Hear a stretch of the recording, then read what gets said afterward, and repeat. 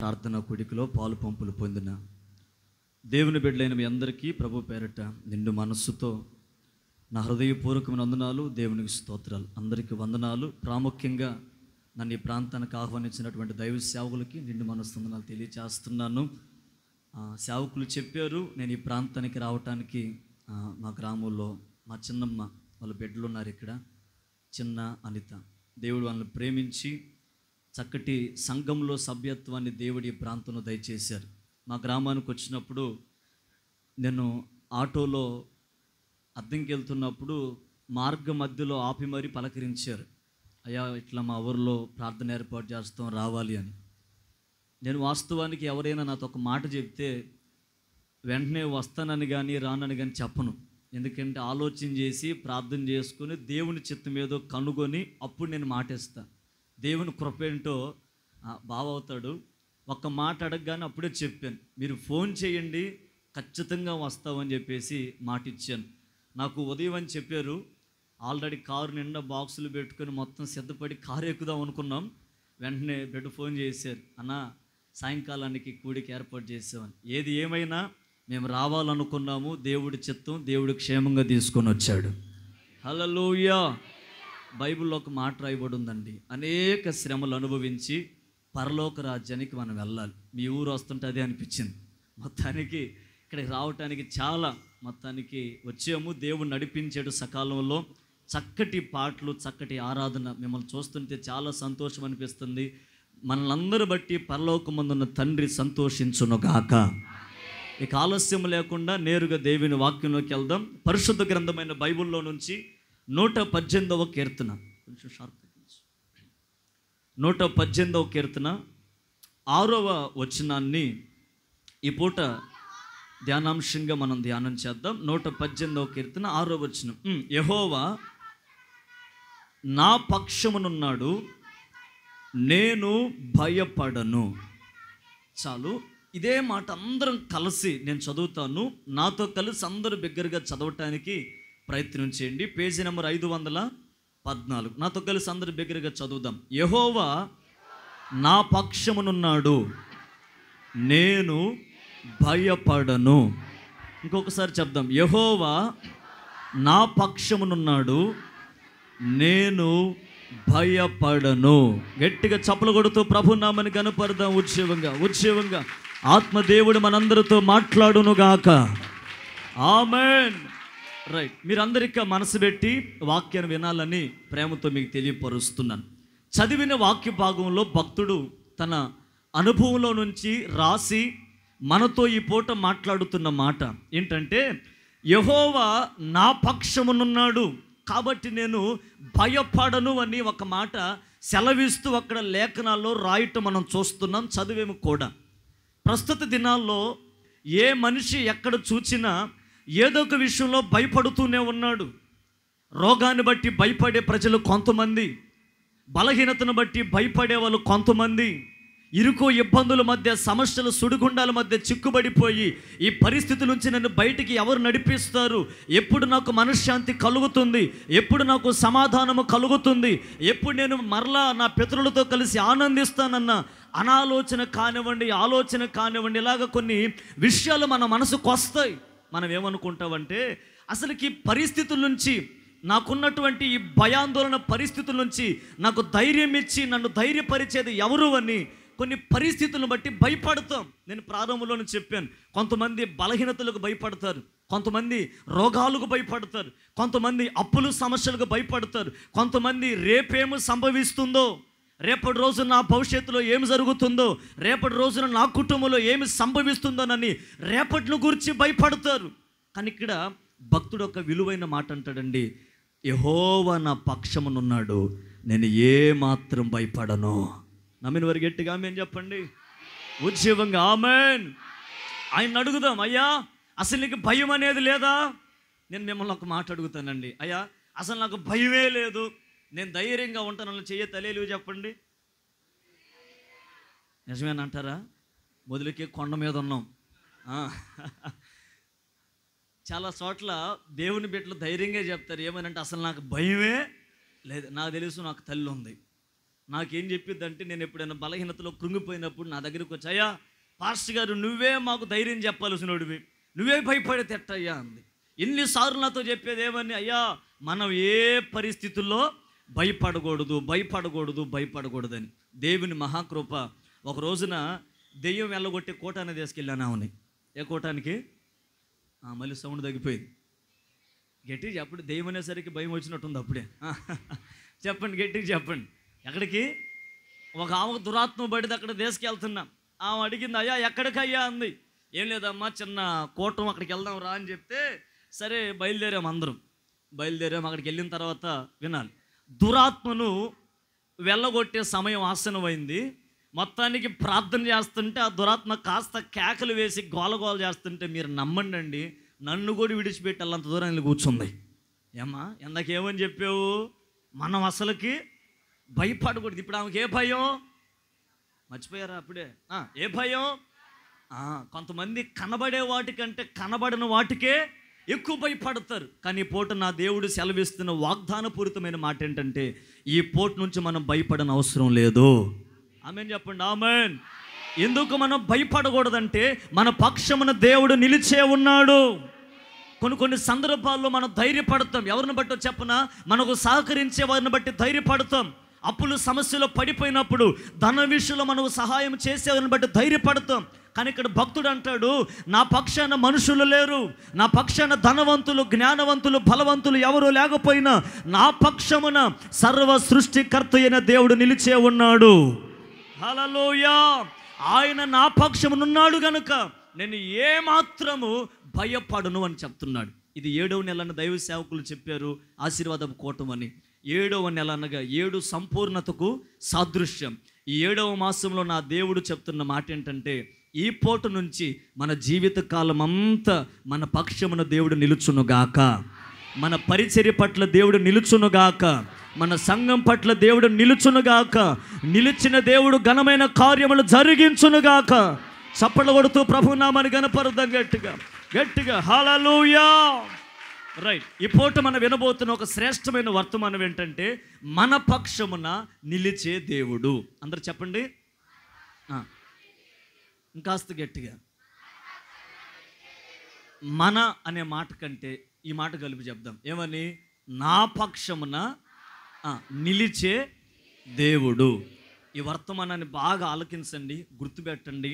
ఆ తర్వాత చెప్తున్న మాటలన్నీ మనసులోకి తీసుకోండి, హృదయం అనే పలక మీద రాసుకోనండి. ఈ మాటలు తప్పక మిమ్మల్ని ఆదరించును గాక. హల్లెలూయా.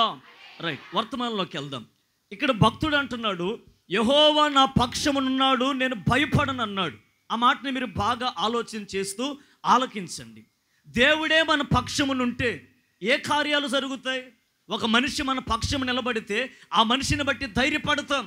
ఒక వ్యక్తి మన పక్షం నిలబడితే ఆ వ్యక్తి ధైర్యాన్ని చూచుకొని ఎంత దూరం వెళ్ళటానికైనా ఏమాత్రం సందేహించం, భయపడం. కారణం ఏంటంటే ఆ వ్యక్తి మన పక్షమునున్నాడు.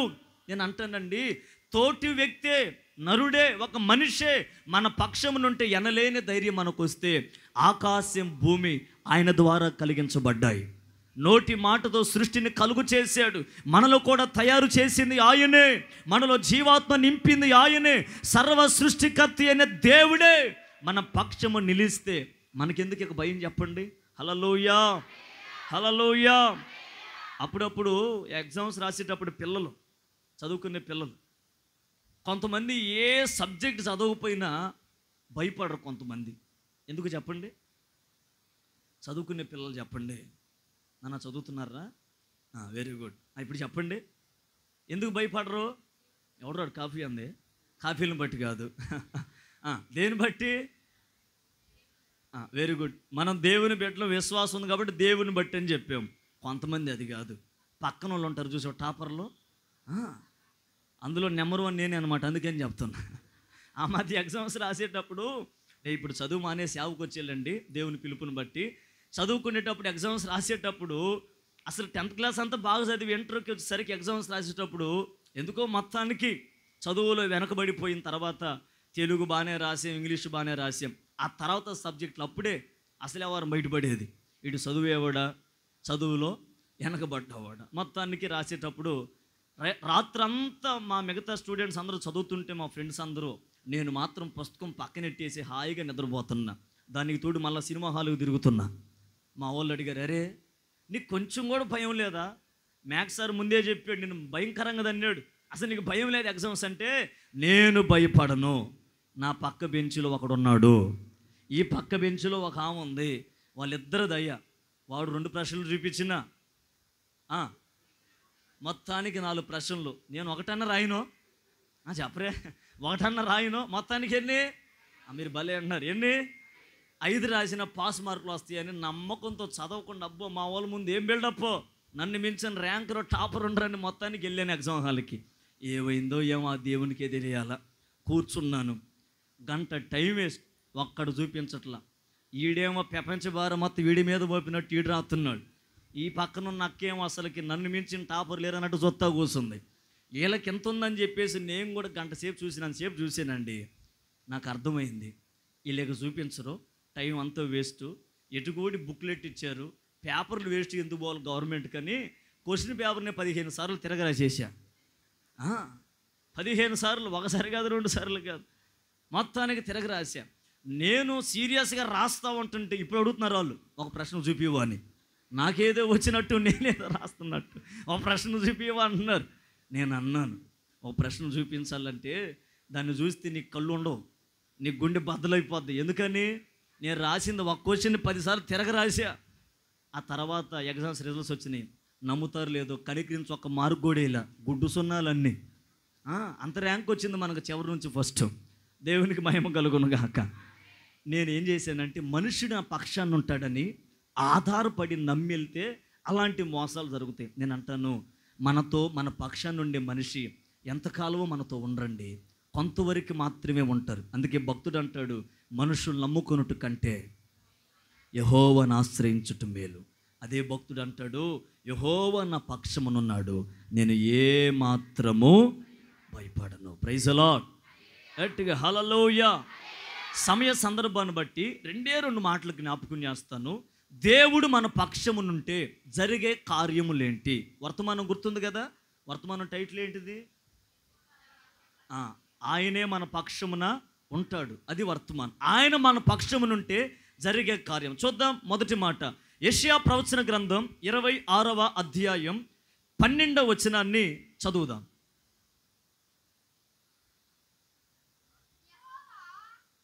యెషయా ప్రవచన గ్రంథం 26వ అధ్యాయం 12వ వచనం. యెహోవా, ఆ మాట నీవు, ఆ కింద మాట, నిజముగా నీవు మా పక్షమున నుండి మా పనులన్నిటినీ సఫలపరచుదువు. కొట్టు గట్టిగా చప్పట్లు, గట్టిగా గట్టిగా ఉజ్జీవంగా హల్లెలూయా. గమనించారా మాట? నిజముగా నీవు మా పక్షమున నుండి మా పనులన్నిటినీ సఫలపరచుదువు. ఈ మాట గుర్తుపెట్టుకోండి. ఆయనే మన పక్షమున ఉంటానని వాగ్దానం చేశాడు. ఆయన మన పక్షమునుంటే జరిగే కార్యములు ఏంటంటే, నెంబర్ 1, ఆయన మన పక్షము నిలిస్తే మన పనులన్నీ సఫలపరచబడును గాక. గట్టిగా ఆమేన్.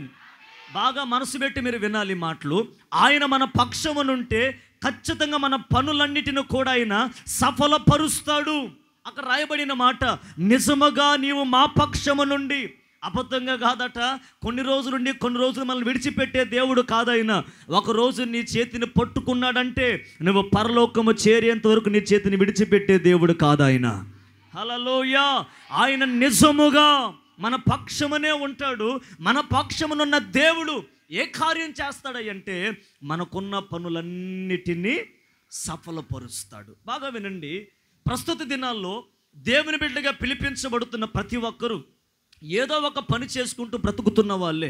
కొంతమంది పొలం పనులు చేసి బ్రతుకుతారు, కొంతమంది వ్యాపారం అనే పని చేసి బ్రతుకుతారు, కొంతమంది ఉద్యోగాలు చేస్తూ బ్రతుకుతారు, కొంతమంది ఏదో ఒక రకమైనటువంటి పనులు చేస్తూ వాళ్ళ జీవన విధానాన్ని కొనసాగిస్తారు.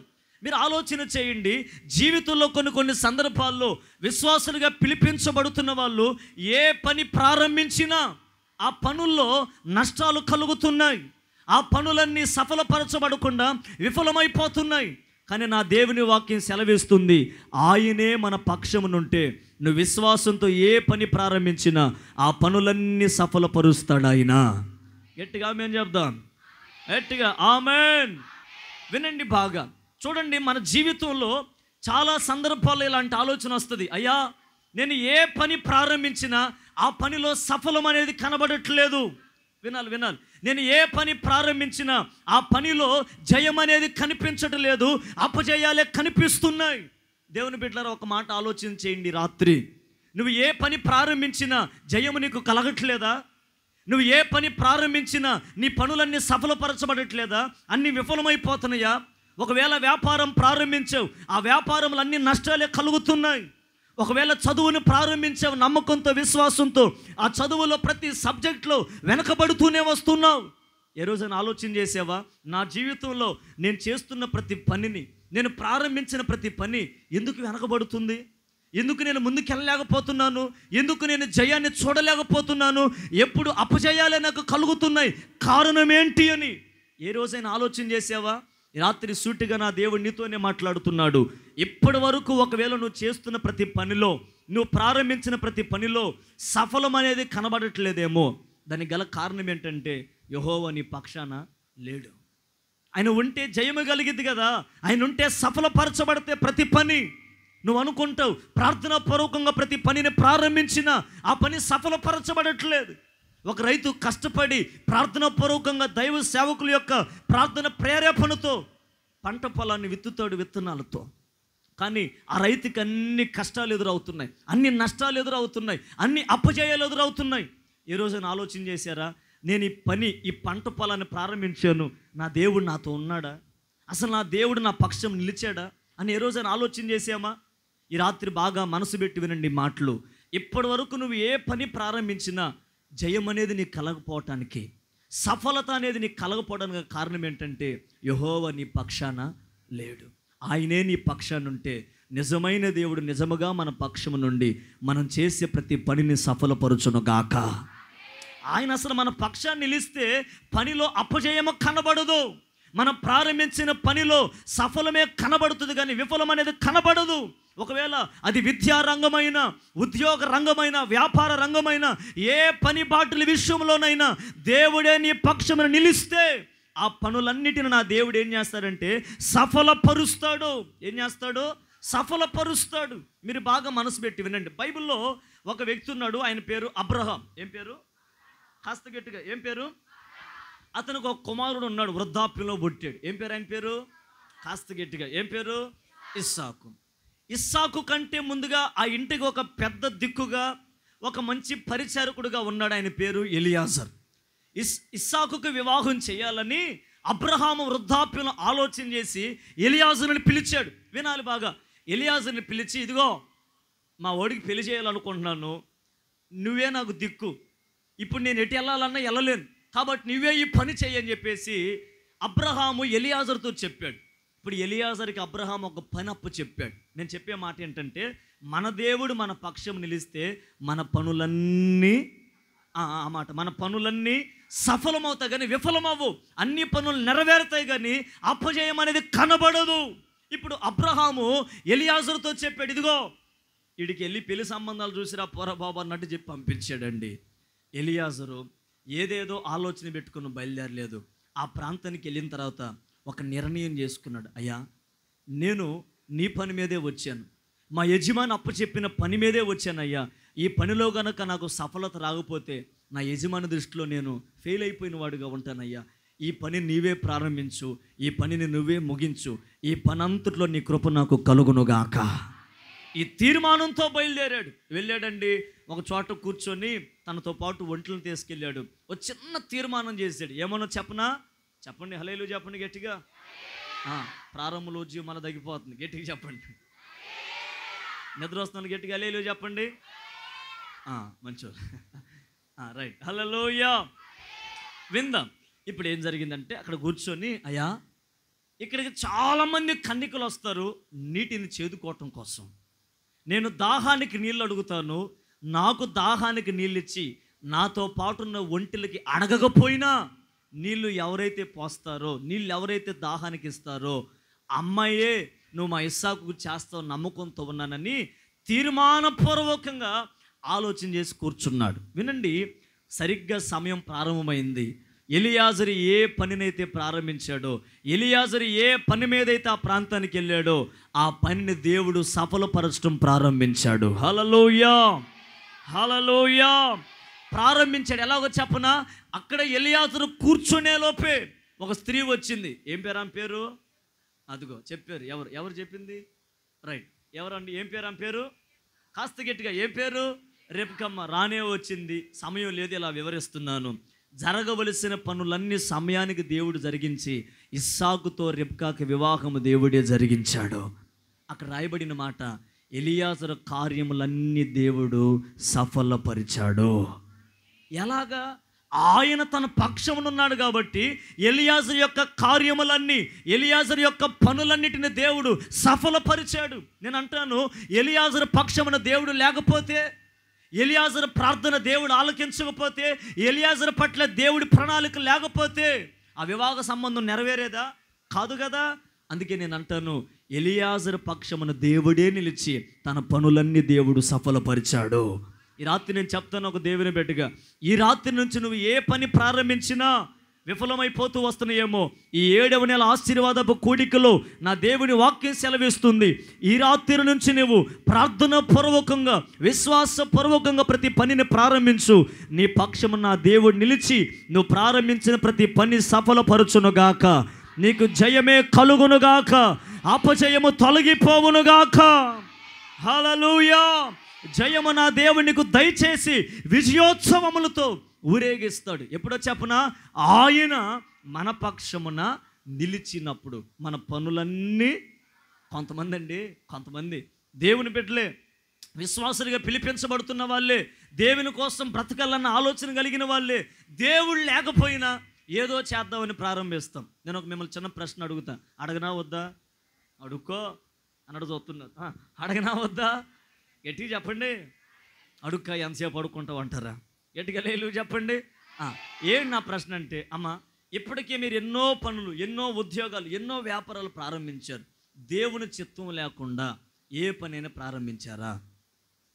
చెప్పాలా? ఒకవేళ ప్రారంభిస్తే ఏం జరిగిద్ది? నష్టాలు, అపజయాలు, ఇబ్బందులే కలుగుతాయి, కానీ జయం అనేది ఏమాత్రము.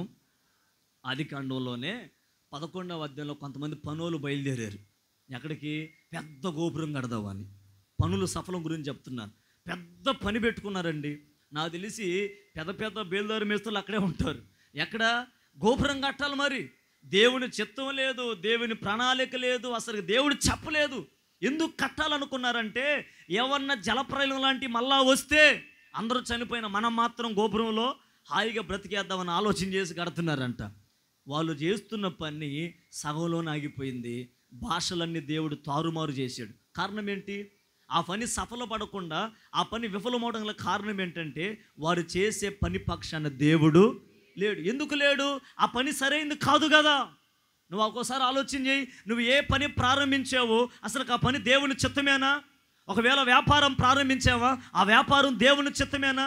ఒకవేళ ఒక పంట పొలాన్ని ప్రారంభించావా, ఈ పంట పొలం వేయటం దేవుని చిత్తమేనా? ఏదైనా ఆలోచన చేసావా ఏ రోజైనా? ప్రతి విషయంలో నువ్వు దేవుని చిత్తాన్ని గైకొని పని ప్రారంభించు. నీ పని అంతట్లో నా దేవుడు సఫలాన్ని కలుగు చేయబోతున్నాడు. నమ్మిన వారు గట్టిగా ఆమేన్ చెప్పండి. హల్లెలూయా. చక్కటి వాగ్దానం అక్కడే ఉంది. నమ్ముట నీ వలనైతే సమస్తం సాధ్యమే. నువ్వు నమ్మి పని ప్రారంభించు. ఏ పనైనా ఆయన నీ పక్షాన్ని నిలుస్తాడు.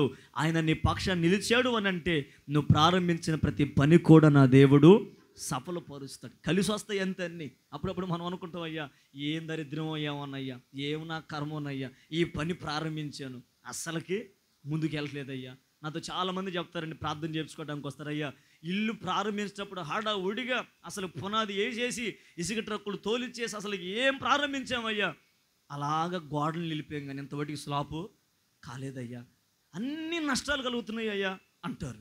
నేను అంటానండి, నువ్వు ఏ పని ప్రారంభించినా మధ్యలో ఎందుకు ఆగిపోతున్నాయి? దేవుడు మన పక్షమున లేడు కనుకే. నువ్వు ఏ పని ప్రారంభించినా ఆటంకాలు ఎందుకు ఎదురవుతున్నాయి? ఆయన మన పక్షాన లేడు కాబట్టే. నువ్వు ఏది ఆలోచన చేసినా ఆ ఆలోచన నెరవేర్చబడట్లేదు. అన్ని ఆలోచనకి వ్యతిరేకంగా జరుగుతున్నాయి. కారణం ఏంటంటే ఆయన మన పక్షము లేడు. నేను అంటాను, ఆయనే నీ పక్షమునుంటే నువ్వు ఈ రాత్రి నుంచి విశ్వాసంతో పని ప్రారంభించు. అది ఏ పనైనా, వ్యాపారమైనా, ఉద్యోగమైనా, ఏదైనా నీ చేతి పనైనా విశ్వాసంతో ప్రారంభించు. ఈ నెల నుంచి నీ ప్రతి పనిలో నా దేవుడు దిగిరాబోతున్నాడు. నీ పనులన్నీ సఫలపరచబోతున్నాడు. నీకు జయాన్ని కలుగు చేయబోతున్నాడు. విజయోత్సవములతో ఊరేగించబోతున్నాడు. హల్లెలూయా. ఆ విధమైన ఘనమైన కార్యము నువ్వు కళ్ళారా చూస్తావు. ఎప్పుడో చెప్పనా, ఆయన నీ పక్షమున్న జయించిన నీవు నా పక్షమై ఉండగా, జయమిచ్చు నీవు నన్ను నడుపుచుండగా, జయమే నాశ అదియే నీ కాంక్ష, నీకేనా స్తోత్రార్పణలు. ఆమేన్. మీరు పాటలు పాడుతుంటే, మీరు చప్పలు కొడుతుంటే నాకు సిగ్గు అనిపిస్తుంది. మా దగ్గర పెద్ద సంత ఉంది, నిజమండి. ఇక్కడ కూర్చుంటే ఆడదాకుంటారు మా వాళ్ళు. నేను ఆరాధన చేస్తే ఇట్లాంటి బాక్సులు 4-5 పెట్టుకొని పాడండి అన్నా కూడా పాడరు మా వాళ్ళు. మిమ్మల్ని చూస్తుంటే ఎంత సంతోషం అనిపిస్తుందో, ఎంత చక్కగా పాటలు పాడుతున్నారు. దేవుడు ఇంకా మిమ్మల్ని దీవించును గాక. హల్లెలూయా. రైట్. నెంబర్ 1, ఆయన మన పక్షమునుంటే మన పనులన్నీ. రెండో మాటలోకి వెళ్దాం. చూడండి, నిర్గమాకాండం 14వ అధ్యాయం 14వ వచనం.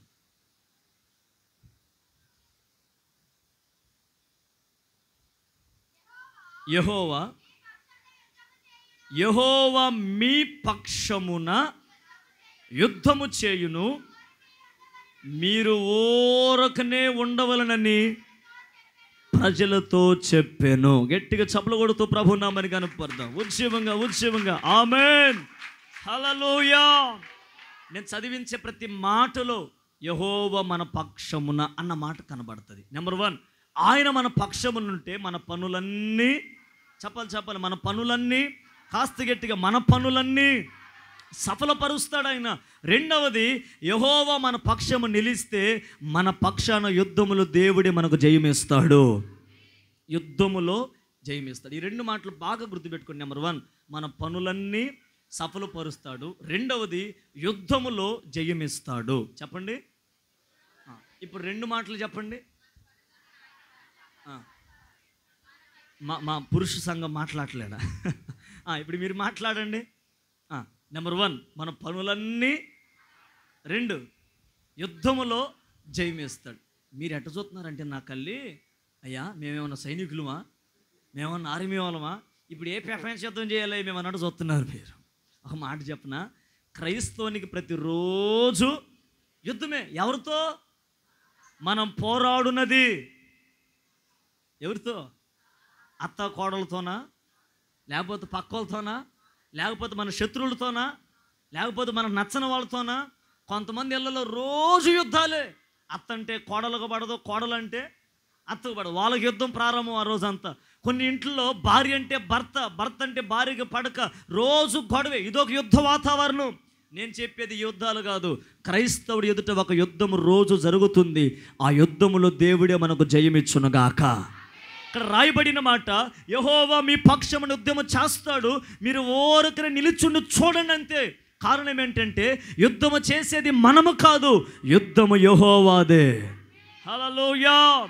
బాగా మీరు మనసు పెట్టి వినండి. దేవుని ప్రజలు ఐగుప్తు అనే శ్రమలో, కొలిములో నుంచి, శాపగ్రస్తమైన ప్రాంతం నుంచి విడిపింపబడి కనాను వైపు ప్రయాణం చేస్తుంటే, ఒక శత్రువులు వాళ్ళ వెనుక తరుముతూ వస్తున్నారు. ఫరో సైన్యం తరుముతూ వస్తుంటే, ఏమండి, నాయకుడైన మోషేని తిడుతున్నారు. ఇప్పుడు ప్రజలు ఏమన్నా చెప్పనా, ఎవరబ్బాయి ఏడదాకా తీసుకొచ్చావు, చావటానికి ఐగుప్తులో సమాధులు లేవు అనుకున్నావు, మాకు ఇంత దూరం తీసుకొచ్చి మమ్మల్ని ఇబ్బంది పెడుతున్నావు, కనీసం తినటానికి తిండి లేదు, ఉండటానికి నివాసాలు లేవు, ఏ వస్త్రాలు లేవు, మాకు ఎంత కఠినమైన పరిస్థితులకు మా జీవితం నడిపించబడ్డాయి, దానికి గల కారణం నువ్వే కదరా బాబు అని చెప్పేసి మోషేని తిడుతుంటే, మోషే దేవునికి ప్రార్థన చేశాడు, అయ్యా నువ్వేమీ నాకు అప్పచెప్పావు, వాళ్ళేమో నన్ను రోజు ఇబ్బంది పెడుతున్నారయ్యా, ఏం చేస్తావు ప్రభు అంటే, అప్పుడు దేవుడు చెప్పాడు, యెహోవా మీ పక్షమున యుద్ధం చేస్తాడు.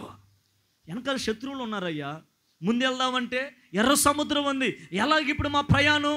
వెనక్కి వెళ్ళినా చావే, ముందుకెళ్ళినా వెనక్కి వెళ్తే శత్రువు చేత చంపబడతాం, ముందుకెళ్తే సముద్రంలో పడిపోయి జల శవాలైపోతారు. ఎటు వెళ్ళినా చావు తప్పదు. ఎందుక మమ్మల్ని తీసుకొచ్చింది? నీవు చంపడానికి తీసుకొచ్చావా అని చెప్పేసి మోషేని అడుగుతుంటే, మోషే దేవుని సన్నిధిలో ప్రార్థన చేసినప్పుడు దేవుడు చెప్పాడు, మోషే ఏం భయపడిన అవసరం లేదు, యుద్ధం చేసేది మీరు కాదు, యుద్ధము యెహోవాదే. హల్లెలూయా, హల్లెలూయా. యుద్ధము యెహోవా మీ పక్షాన చేస్తాడు. మరి మేమేం చేయాలయ్యా? మీరేం చేయొద్దు, ఓరకనే. ఏమండి, నేను ఒక మాట అడుగుతాను, మనం జస్ట్ అలా ఓరకు నిలుచుండి చూస్తే యుద్ధంలో జయం వస్తుందా? నమ్మితే జయం మనకే సొంతమగునుగాక. నువ్వు నమ్మాలి, నమ్మితే ఖచ్చితంగా జయము నీకు ఇస్తాడు దేవుడు, అంతే. ఎప్పుడో చెప్పనా? విశ్వాసంతో నిలిచి చూచినప్పుడు పరాక్రమమైన కార్యములు నా దేవుడిని పట్ల చేస్తాడు. బాగా వినండి, అసలుకి యుద్ధములో జయమిస్తాడు దేవుడు మన పక్షాన్ని నిలుస్తాను చదివాం. అసలుకి యుద్ధం అంటే ఏంటి? యుద్ధములో ఎటువంటి సంభవాలు ఎదురవుతాయి? దేవుని బిడ్డలారా బాగా వినండి, ఒక క్రైస్తవుని ఎదుట రోజు యుద్ధమే. ఎందుకో చెప్పనా? మన పక్షాన దేవుడు ఉన్నాడు. అపవాదైన సైతానుగాడు ఏమనుకుంటాడంటే, వీళ్ళని ఎలాగైనా చెడగొట్టి పడగొట్టి పాతాళానికి తీసుకెళ్ళాలి, నరకానికి తీసుకెళ్ళాలి, వీళ్ళకి పరలోకాన్ని స్వతంత్రించుకునే హక్కు లేకుండా చేయాలని అపవాదిగాడు దివారాత్రం తిరుగుతూనే ఉన్నాడు. ఏది? విశ్వాసాన్ని చెడగొట్టాలని, నీ విశ్వాసాన్ని భ్రష్టత్వంగా మార్చాలని, విశ్వాసం నువ్వు దిగజారిపోయేటట్టుగా చేసి లోకంలో పాతుకుపోయేటట్టుగా నీ జీవితాన్ని మార్చాలని అపవాది అనే సైతానుగాడు తిరుగుతున్నాడు. దేవుని ఆశ ఏంటో చెప్పనా? నిన్ను పరిశుద్ధపరిచి పవిత్రపరిచి రాకడికి సిద్ధపరచాలని. Praise the Lord. ఇది ఒక యుద్ధ రంగం అండి.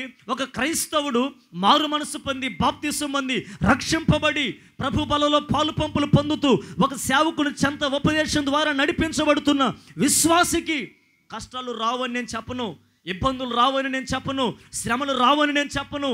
నిజ క్రైస్తవుడికే శ్రమలు ఎదురవుతాయి, నిజ క్రైస్తవుడికే కష్టాలు ఎదురవుతాయి, నిజ సేవకే ఇబ్బందులు ఎదురవుతాయి. కారణం ఏంటంటే ఆ ఇబ్బందికరమైన పరిస్థితుల్లోనే దేవుడు మన పక్షం నిలబడబోతున్నాడు. నమ్మిన వారు గట్టిగా ఆమేన్ చెప్పండి. హల్లెలూయా. నేను అంటాను, ఇలాంటి యుద్ధ వాతావరణం నీ కళ్ళ ఎదుట జరుగుతుంది. రోజు శ్రమలతో యుద్ధం చేయటమే మనం, రోజు రోగములతో యుద్ధం చేస్తున్నాం, రోజు బాధలతో యుద్ధం చేస్తున్నాం, రోజు కుటుంబ సమస్యలతో యుద్ధం చేస్తున్నాం, శత్రులతో యుద్ధం, అపవాది అయిన సైతానుతో యుద్ధం, శ్రమలతో యుద్ధం, రోగముతో, బాధలతో, వేదనలతో, ఇంకా చెప్పాలంటే నిందలు, అవమానాలు, ఇలాంటివి ఎన్నో మన జీవితాలు ఎదురవుతున్నాయి. ఇటువంటి ఇబ్బందికరమైన పరిస్థితుల్లో మనం ఇట్లా నిలబడ్డాం. మన ముందు వందలాది సమస్యలు నిలబడ్డాయి. ఏమండి, ఇప్పుడు జయం ఎవరికి?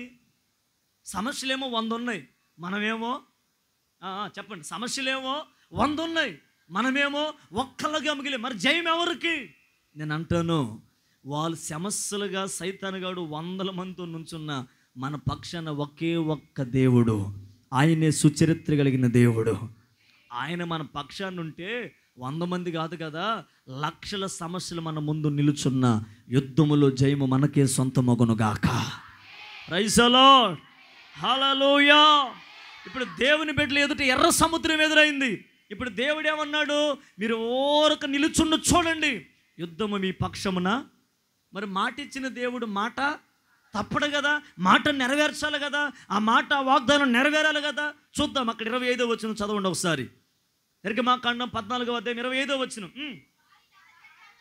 వారి రథచక్రములు ఊడి పడినట్లుగా చేయగా తోలుచుండ్రి. అప్పుడు ఐగుప్తీయులు ఇశ్రాయేలీయుల ఎదుట నుండి పారిపోదాం రండి, ఎందుకంటే యెహోవా వారి పక్షమున మనతో యుద్ధము చేయబోతున్నాడు. హల్లెలూయా. శత్రువు చెప్తున్నాడండి ఈ మాట. ఏమన్నా చెప్పనా? రే బాబు, ఇక మన యుద్ధం ఏమితో చెయ్యలేం, వీళ్ళ మీద మనకు జయము రాదు, ఎందుకంటే ఇశ్రాయేలీయుల పక్షమున దేవుడే యుద్ధము చేస్తున్నాడు.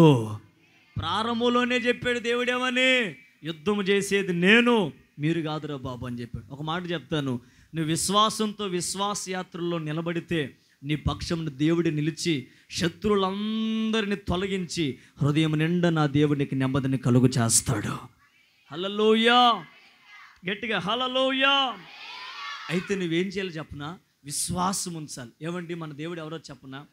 ఒక ఎర్ర సముద్రం ఎదురైన తర్వాత అసలుకి సముద్రాన్ని ఆరిన నేలగా మార్చాడంటే ఆయన ఎంత గొప్ప దేవుడు. దేవుని ప్రజలు వెనకాల శత్రువులు, ఒకవైపు ఎర్ర సముద్రం, కానీ దేవుని మాట ఇచ్చాడు ఏమని? యుద్ధము చేసేది మీరు కాదు, నేను చేస్తానన్నాడు. మరి నమ్మారు కదా, మరి మనం ఎందుకు నమ్మలేకపోతున్నాం? వీళ్ళు నమ్మారు కాబట్టి ఎర్ర సముద్రాన్ని కూడా దేవుడు ఆరిన నేలగా మార్చాడు. హల్లెలూయా. నాకు ఇప్పటికీ ఆశ్చర్యం అండి, దేవుని బిడ్డలు ఎర్ర సముద్రం రహదారిగా మార్చబడిన తర్వాత క్షేమంగా వెళ్ళారు, కానీ అదే శత్రులు అదే ఎర్ర సముద్రంలో జలశవాలైపోయారు. కారణం ఏంటి? వాళ్ళ పక్షాన దేవుడు లేడు, దేవుని బిడ్డల పక్షమున దేవుడు నిలిచే ఉన్నాడు. హల్లెలూయా. ఎర్ర సముద్రము నీ ఆజ్ఞ మేరకు దాటిరే నీ జనులు బహుక్షేమముగా. హల్లెలూయా. ఎర్ర సముద్రాన్ని ఎలా మార్చాడు దేవుడు? ఎలా మార్చాడు? వాళ్ళు ఏమైనా పాటలు పాడారా? వాళ్ళు ఏమైనా గట్టిగా స్తుతించారా? జస్ట్ ఓరకనే నిలుచుండు చూశారండి. దేవుడు ఘనమైన కార్యాలు చేశాడు. మరి మనం ఎందుకు యుద్ధంలో జయాన్ని పొందలేకపోతున్నాం? చిన్న శ్రమ రాగానే, చిన్న ఇబ్బంది రాగానే, చిన్న రోగం, చిన్న కష్టం రాగానే వాయమ్మా నా బతుకంతా అయిపోయిందయ్యమ్మా అంటున్నాం. అప్పుడు ఏది చిన్న బాధ రాగానే ఏమండి, వాళ్ళకు సముద్రం అంత బాధ ఎదురైంది. మనకి నాకు తెలిసి సముద్రంలో సగభాగం అంత బాధ కూడా రాల. దానికే భయపడి బెంబేలెత్తిపోయేక నేను ఈ బాధలో అనుభవించలేనురా బాబు అని చెప్పి ఏడుస్తున్నాం. ఒకటి మాట గుర్తుపెట్టుకోండి, నీ పక్షాన ఎవరున్నా లేకపోయినా నమ్మదగిన దేవుడిని పక్షం నిలిచే ఉంటాడు. ఆయన ఎప్పుడు నీ చేతిని విడిచిపెట్టడు. జ్ఞాపకం చేస్తాం, ఒక రోజున ఇశ్రాయేలీయులు అందరిని భయపెడుతున్నాడు ఫిలిష్తీయుడైన గొల్లియాతు. ఎవడాడు? గట్టిగా గొల్లియాతు స్థానంలో మీరు ఏ పేరైనా పెట్టుకోండి. ఒకవేళ వాళ్ళని గొల్లియాతుగా ఇబ్బంది పెడుతున్నాడు, మిమ్మల్ని రోగం ఇబ్బంది పెడితే ఆ రోగమే గొల్లియాతు, శ్రమ ఇబ్బంది పెడితే శ్రమే గొల్లియాతు. ఇబ్బందులు కలిగించేది ఏదైనా నీ దృష్టిలో గొల్లియాతుగా భావించు. ఇప్పుడు ప్రజలందరూ భయపడిపోతున్నారు. ఎందుకో చెప్పనా? వాడు వస్తున్నాడండి, కండలన్న అలాగనేసి ఎవడైనా ఉంటే రండి, నా మీద మీకు జయం వస్తుందో లేదో చూద్దామని చెప్పేసి బెదిరిస్తున్నాడు. ఏమండి, ఇశ్రాయేలీల్లో పరాక్రమం కలిగిన వాళ్ళు ఎంతమంది ఉన్నా ఆ గొల్లియాతు గాడి మాటలకు భయపడి అందరూ వెనక్కి వెళ్ళిపోతున్నారు. ఒక రోజున వాళ్ళ అన్నలకి క్యారేజ్ ఇద్దామని వచ్చాడు. ఎవరో? గొల్లియాత. ఎవరు? దావీదు. ఎవరు? దావీదు. అసలు చుట్టూత జనమే. దావీదు అడిగాడు, అన్న ఏం జరుగుతుంది ఇక్కడ? ఏం జరుగుతుందంటే వెళ్ళిపోరా పొట్టోడివి, నీకెందుకు ఇక్కడ అన్నారు. ఎందుకంటే దావీదు ఎవరంటే చాలా పొట్టివాడు, ఎర్రనివాడు, చూచుటకు సుందరమైన నేత్రమును కలిగిన వాడని బైబిల్లో రాయబడి ఉంది. నేను అంటాను, దావీదు రాగానే తృణీకరించి మాట్లాడారు. ఎవరు? సొంత అన్నలు కావచ్చు, అక్కడ ఉన్న ఇశ్రాయేలీయులు కావచ్చు. అబ్బాయి నీకు అనవసరం ఈ టాపిక్ వెళ్ళిపోమని చెప్తే దావీదుకి ఒక మాట వినపడింది. ఏంటో చెప్పనా? అంత దూరం స్వరం వినపడుతుంది. మీలో ఎవడైనా ఉంటే రెండు యుద్ధానికని కేకలేస్తున్నాడు. అడిగాడు దావీదు, అన్నయ్య ఎవరు అతను? కేకలేస్తున్నాడు, రంకెలు తోలుతున్నాడు, అసలు మైకి లేకపోయినా అంత శబ్దం అవుతుంది, నేను ఆయనకి ఏంటి కథ అంటే ఎవరో చెప్పారు, అరే వాడు మన శత్రువురా. ఎవరు? గట్టిగా ఎవరు?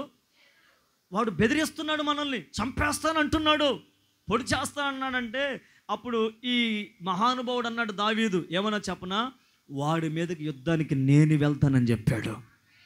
మీరు ఆమెనన్నారు కానీ అందరు డౌట్గా చూశారు. ఎందుకు?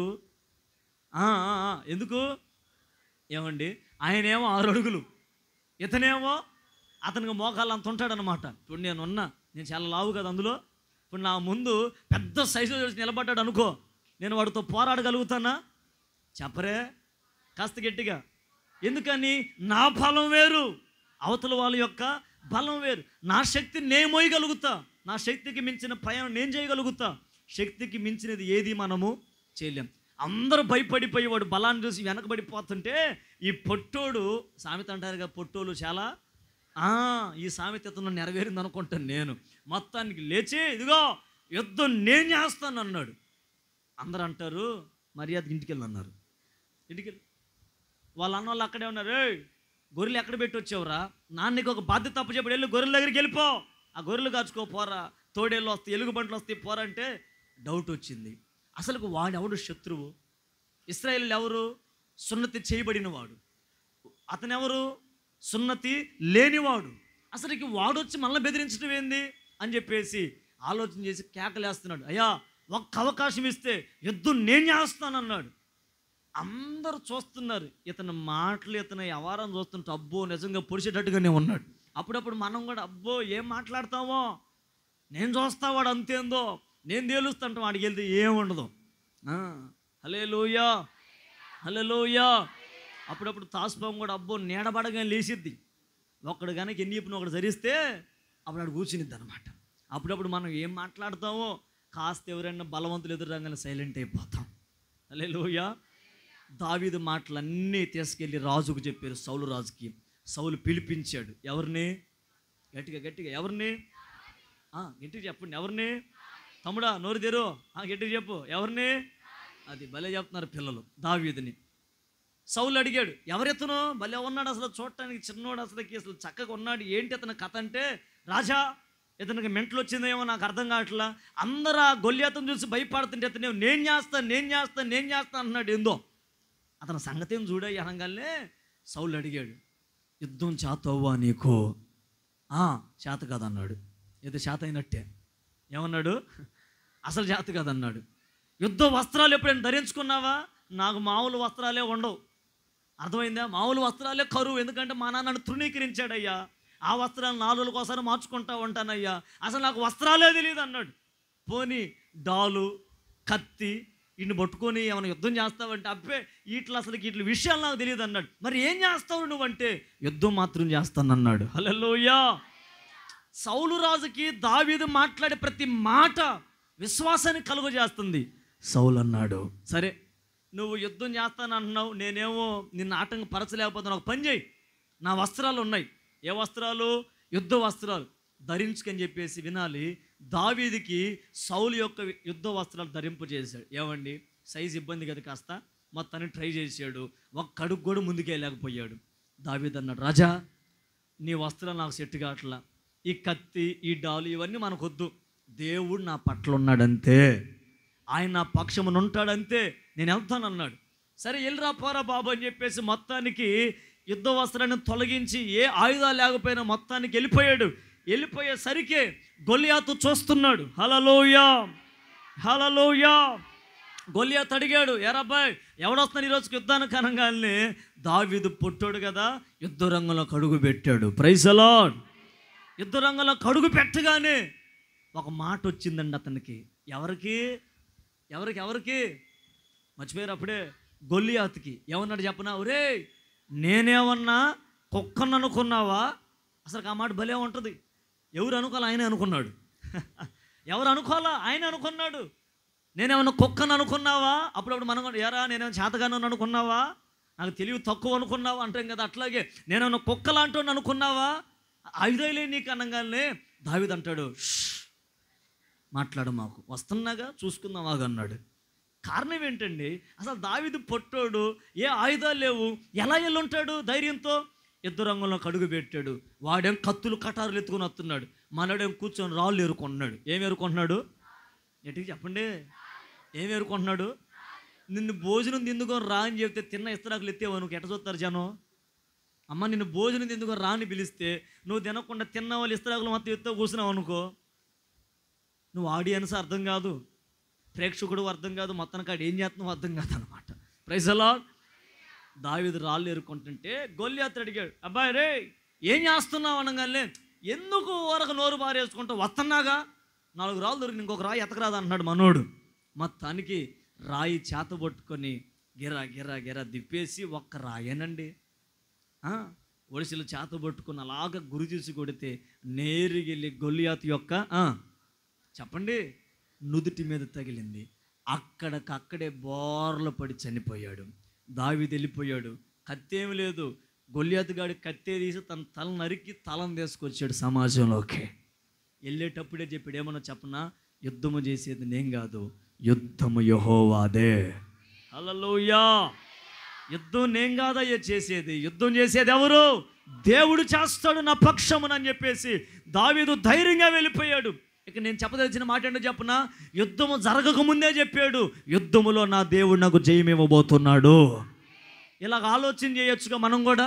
శ్రమ వచ్చినప్పుడు, శ్రమ రాకపోయినా, నాకు ఏ శ్రమ ఎదురైనా, ఏ కష్టం ఎదురైనా, ఏ బాధ ఎదురైనా నా పక్షమున దేవుడు నిలిచే ఉన్నాడు, ఆయన నాకు జయమిస్తాడు, అపజయము నాకు రానివ్వడని విశ్వాసంతో మనం ఎందుకు చెప్పలేకపోతున్నాం? దావీదు విశ్వాసంతో జయము రాకముందే జయాన్ని గుర్తించాడు. నా దేవుడు నా పక్షమున నాకు జయమిస్తాడని చెప్పేసి విశ్వాసంతో నమ్మి యుద్ధంలో అడుగుపెట్టాడు. గొప్ప జయం వచ్చింది. ఆ రోజు నుంచి జనమందరూ ఆశ్చర్యపడిపోయి సౌలుకు 1000 కొలది, దావీదుకి 10,000 కొలదని పాటలు పాడారు. మహాతల్లు ఏమంట పాట పాడారు? సౌలుకు అసూయ వచ్చేసింది మనోడి మీద. హల్లెలూయా. నేను అంటాను ఇక్కడ చెప్పదలిచిన మాట, యుద్ధములో జయము కలిగింది దావీదుకి, యుద్ధములో జయము కలిగింది ఇశ్రాయేలు ప్రజలకి. కారణం ఏంటి? యెహోవా వారి పక్షమున నిలిచి ఉన్నాడు. నేను ఒక మాట చెప్తానండి, మరి నువ్వు చేస్తున్న యుద్ధ రంగములో, ఈ యుద్ధం అనే యుద్ధ రంగములో ఎందుకు నీ జయం రావట్లేదు? గొలియాతు లాంటి శత్రువులు ఎంతోమంది నీ ముందు విర్రవీగుతున్నారు. రోగము కానివి, బాధ కానివ్వండి, ఏదైనా నీ ముందు శత్రువులాగా నిలబడింది. మరి నీకెందుకు జయము కలగట్లేదో చెప్పనా? యెహోవా నీ పక్షమున లేడు. ఈ రాత్రి అయినా ఆలోచన చేయి, అసలు నా పట్ల దేవుడు ఉన్నాడా లేదా? నేను చేసే పనిలో దేవుడు ఉన్నాడా లేడా? నేను చేసే ప్రార్థనలో దేవుడు ఉన్నాడా లేదా? నా పట్ల దేవునికి ప్రణాళిక ఉందా లేదని 1-2 సార్లు ప్రార్థన పూర్వకంగా నువ్వు ఆలోచన చేసి, దేవా నా పక్షాన ఎవరున్నా లేకపోయినా నీవుంటే చాలయ్యా, నా పట్ల మనుషులున్నా లేకపోయినా పర్వాలేదయ్యా, నా పట్ల బలవంతులు, ధనవంతులు, జ్ఞానవంతులు ఉన్నా లేకపోయినా పర్వాలేదయ్యా, నా పట్ల నీవు మాత్రం ఉండయ్యా, నా పక్షం నీవు ఉండయ్యని ఆయన తోడును కోరుకొని వెళ్ళండి. ఖచ్చితంగా ఆయనే నీ పక్షాన ఉంటే నువ్వు ఏ యుద్ధము ప్రారంభించినా ఆ యుద్ధములో జయము నీ సొంతమగునుగాక. హల్లెలూయా. ఎవరైతే నీ ముందు నిలుచొని ఎక్స్ట్రా మాటలు మాట్లాడుతున్నారు, గర్వపు మాటలు మాట్లాడుతున్నారు, నిన్ను బెదిరించి ఇబ్బంది పరిచి రోగము ద్వారా ఇబ్బందులు కలిగిస్తున్నారు, వారే సిగ్గుపడిపోయేటట్టుగా దేవుడు నీ పట్ల పరాక్రమమైన కార్యములు జరిగించబోతున్నాడు. నమ్మిన వారి గట్టిగా ఆమేన్ చెప్పండి. కారణం ఏంటంటే శత్రువు ఎదుట మనల్ని సిగ్గుపరిచే దేవుడు కాదాయన. శత్రువు మన ముందు విర్రవీగుతుంటే మన పక్షం నిలిచిన దేవుడు చేతగాని దేవుడు కాదు. ఆయన నోటి మాటలో సృష్టిని తయారు చేశాడు. నిన్ను నన్ను నిర్మించుకొని నీలో నాలో జీవ ఆత్మను ఉంచాడు ఆయన. నువ్వు ఓడిపోతుంటే చూసే దేవుడు కాదాయన. నువ్వు శత్రువు చేతులు చిక్కుపడిపోయి బలహీన పడిపోతే చూస్తూ ఊరుకుండే దేవుడు కాదాయన.